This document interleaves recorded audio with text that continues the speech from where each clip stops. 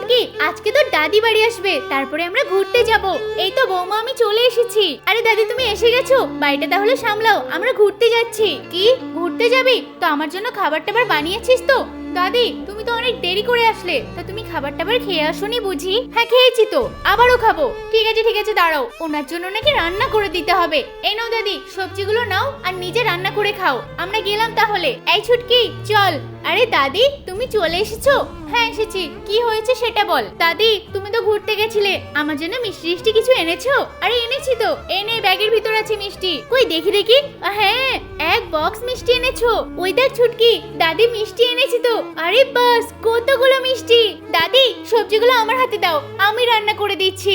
দাদি, তাহলে আমি খেলাম। হ্যাঁ হ্যাঁ, খা খা। আমার তো মিষ্টিগুলো দেখে লোভ লেগে যাচ্ছে। দাদি, আমাকেও একটা দাও না। এই, আগে রান্না কর, তারপরে দেবো। আচ্ছা দাদি, আমি তাড়াতাড়ি করে রান্না করে দিচ্ছি। বাবু, তুই বেশি বেশি করে মিষ্টি খা, আরো খা। আরে দাদি, তুমিও খাও না। দাদি, তোমাদের জন্য রান্না বান্না করে দিয়েছি, এবার আমাকে মিষ্টি দাও। এই নে। হ্যাঁ, মিষ্টি সব খেয়ে নিয়েছে, নেবো না মিষ্টি, যত সব।